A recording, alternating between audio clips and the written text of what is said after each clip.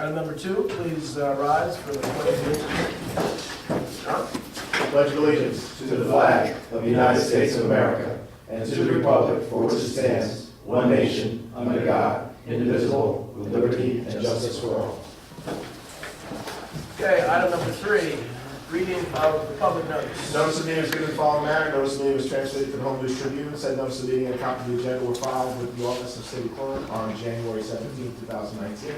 And said notice of meeting and a copy of the agenda were promptly posted on the announcement board in the lobby of City Hall, 78 Berry Street in Brunswick, New Jersey, at least 48 hours prior to convening of this meeting. Wonderful. Consideration of meeting minutes. The December minutes were disseminated. Disseminated. Okay, is there a motion to accept? So move. Second? Second. Okay, roll call. Commissioner Jones? Yes. Commissioner Walde? Yes. Mr. Giorgiani? Yes. Mr. Medina Hernandez? Yes. And Chair? Yes. Motion passes 5-0. Okay, the resolutions, item number 5. Resolution number 1 is a resolution ratifying, authorizing, and approving the payment of bills for the month of December 2018. Is there a motion? Move. Second? I'll second. Any discussion? Okay, roll call. Mr. Jones? Yes. Mr. Walde? Yes. Mr. Giorgiani? Yes. Mr. Medina Hernandez? Yes. And the Chair? Yes. Motion passes 5-0. Resolution number 2 is a resolution authorizing and approving an interagency agreement between the Franklin Township Housing Authority and the New Brunswick Housing Authority.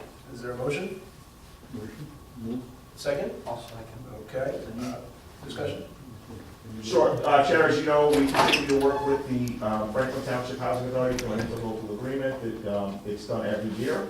We are once again asking that the board consider authorizing this. It will then be taken to the Franklin Housing Authority for their action. Excellent.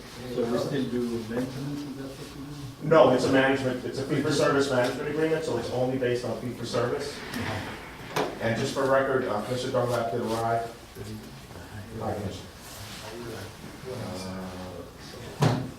Okay, any other comments?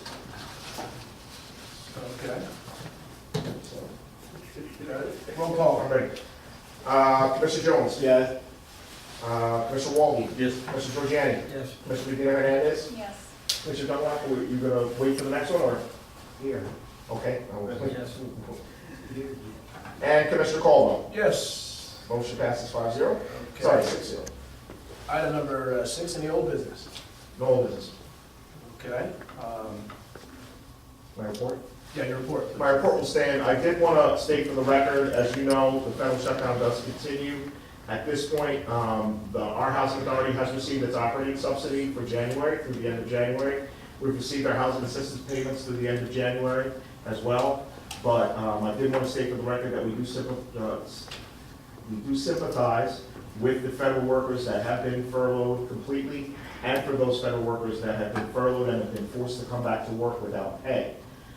At this point, the U.S. Department of Housing and Urban Development still does not have an approved appropriations budget, so they are operating basically on a furlough basis with minimum staff there.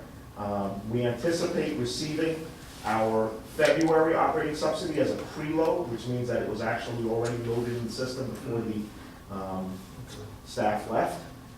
We have not heard from HUD on anything else, on any other funding for that month. We've heard through secondary sources that they may have housing assistance payments for the Section 8 program, but again, we haven't seen that or anything official from HUD on that statement. But I did want to state for the record that we do sympathize with the federal workers who have been furloughed and are out of work, and who have been furloughed and forced to come back to work at this point in time. As many of you see news reports. If you do call some of the federal government departments now, you're simply told to call back when the shutdown is over, which is not acceptable at any level, and which is a detriment to many people trying to get some sorely needed resources, particularly for those who need them, in a housing standpoint. Other than that, we continue to work here on site with our staff and limited staff to bring the property up to speed, and I'd be happy to address any questions from the board. I noticed on our website would say not being updated because of the shutdown. Is the Secretary of HUD being paid? I do not believe the Secretary of HUD is being paid at this point.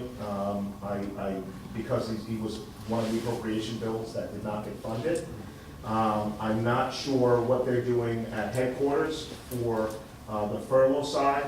As many of you know, HUD has contract items that go into lending institutions, so they get preloaded in the actual system to be paid out, but you can't pay bills that haven't been appropriated or approved through a budget.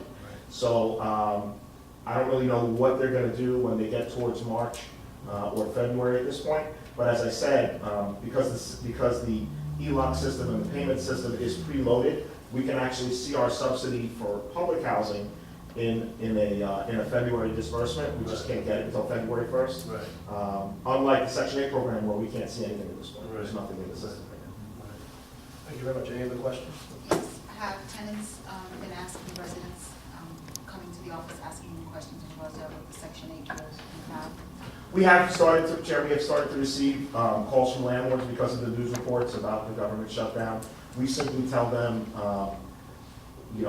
we're not able to answer a lot of their questions, but that if we do get any more information, we will pass it on to them. Once they were paid for January, we didn't get any phone calls because the landlord said, oh, I got my money, so I'm not gonna call them. But as we get towards the end of January now, and I think they're starting to see reports that, sort of nobody is there at HUD, they have legitimate questions, which in many cases we can't answer, until we actually get a confirmation from HUD or until we receive the funding.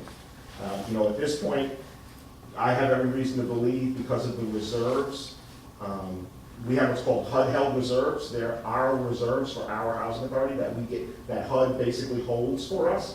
We had 2 months in there, so in theory, we should be, I believe that's what we're working off of at this point. So we should be able to make February half payment, but after that, if there's no appropriations bill and there's no budgeted money, we would not be able to make any payment. I suspect HUD will send out a formal statement, because you have, 3.5 million people are on subsidized programs throughout the nation, and the Section 8 program is a good portion of that. So I would suspect that you get some sort of formal statement from HUD saying, this will be the last payment, or this is the end of the budget authority that we have, unfortunately, and then, there won't be any future payments. And at that point, we would notify landlords of that fact, and we would tell them, that any other resources available, we would keep them informed and then refer them to the HUD website or to HUD, because we essentially don't have a resource to fund them, because that's the resource we receive from HUD. No. Go ahead. Would they refund the reserve when they open? Honestly, I don't know. This has never happened before in the history of HUD. And the reason why housing authorities held the reserves themselves was for this exact reason. It wasn't until recent history that HUD actually took the reserve back and said, we'll hold it for you. So I don't know the answer to that question. Anything else? Okay, if not, thank you very much, John. Great, good report. Item number 7, public comment. Public comment, please state your name and address. Good evening, members of the board. Charles Gradville, New Brunswick today. I do have a couple questions. First, just want to say a few things for the record. For those of you who don't know, Commissioner Wolde threatened me on November 15th. Charlie, that's out of the court. Did not find that, so don't make that statement here, okay? It's wrong. By law, it's wrong. The law determined that it was wrong. That's not the case. You're correct that the charge was dismissed. Yes. But it's still true to say that Mr. Wolde, Commissioner Wolde, threatened me on November 15, 2017. And this will go quicker if I just, we don't Go ahead. interrupt each other. Do it for the cameras. I did, just for the record. I did want to say that I was disappointed that the judge dismissed the criminal charge that I had filed after the New Brunswick police,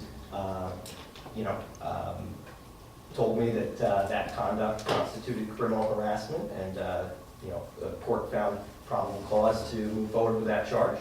And the judge did what she did. Charge was dismissed. I am pleased that through his counsel, Commissioner Wolde did admit to making the statement. He had previously denied saying through. That's okay, yeah, he previously denied that when questioned by the Home News Tribune, and I'm pleased that his attorney did admit that he did make the remark, the meeting is over, I'll knock you out. And, that's, unacceptable, but I did need to ask for the record.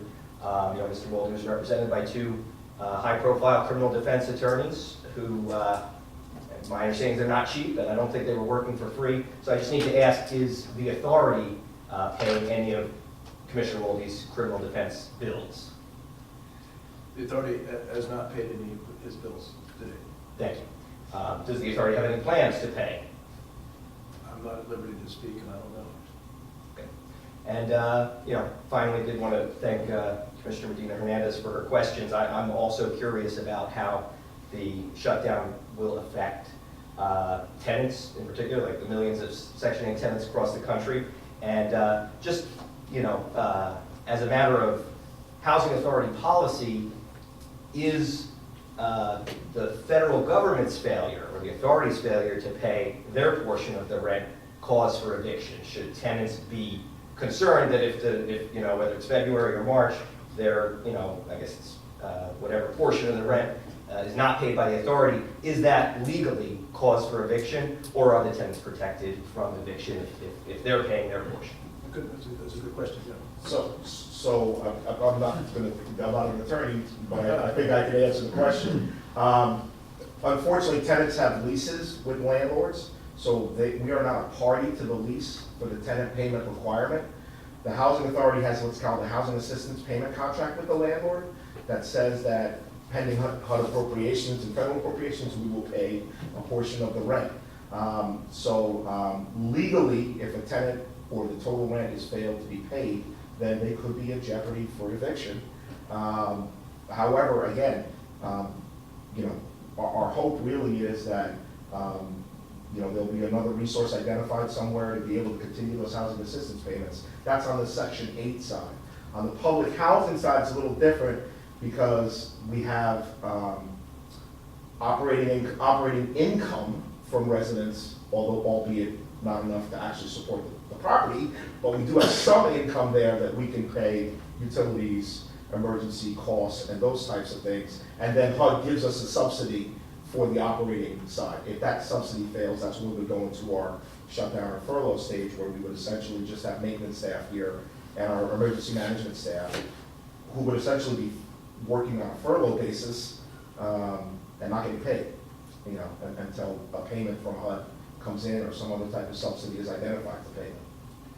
I don't know if that answers your question. It's not Yeah, but the legal answer would be the contract and lease is between the tenant and the landlord, and if there's a failure to pay that total, then they could be subject to termination of the lease, which would then be. Yeah, and I think, whenever you're talking about that, it's on a state-by-state basis, based on the tenancy law in that particular state. Obviously, in New Jersey, we are more heavily favored toward supporting tenant rights than other states, so that is something that could work in the tenant's favor, but ultimately it comes down to that agreement, your lease agreement, and particularly, the landlord pursuing that action, so. Thank you for the thorough answers. One final question I do want to ask about the staff. I guess nobody's had to miss a paycheck yet, right? I'm sorry, let's look it down. The staff, nobody's had to miss a paycheck yet, nobody's furloughed yet? No, our housing authorities have been funded through the operating component through January. So through January 31st, we received the subsidy that we would usually get to operate the program through that date. That's as of today. So no, none of our staff have been furloughed. I can't speak for other. Right, okay. Well, I hope that nobody has to miss a paycheck. And Me too. And We agree. I wish you the best. Thank you. Thank you, John. Thank you very much. Any other public comments? Hearing none, is there a motion to adjourn? Move. Answers? We don't have a closed session. No. Yeah, so- If they moved, I didn't hear a second. I'll second. Okay, roll call, please. Commissioner Jones? Yes. Commissioner Dunlap? Yes. Commissioner Walde? Yes. Commissioner Giorgiani? Yes. Commissioner Medina Hernandez? Yes. And Commissioner Coleman? Yes. Okay, motion carries. Chair, I need you for. We are adjourned. Inside. Thank you. Thank you very much.